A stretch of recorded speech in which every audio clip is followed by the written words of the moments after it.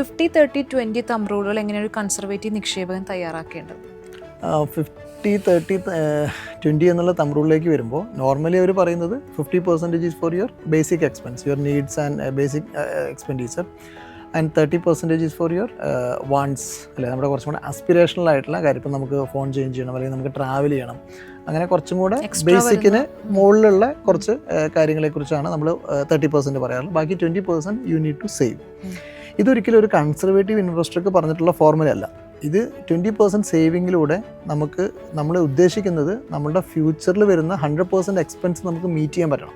അപ്പോൾ അത് സിമ്പിളായിട്ടൊന്ന് ആലോചിച്ചാൽ മതി. അതായത് today I am saving just 20% of my income.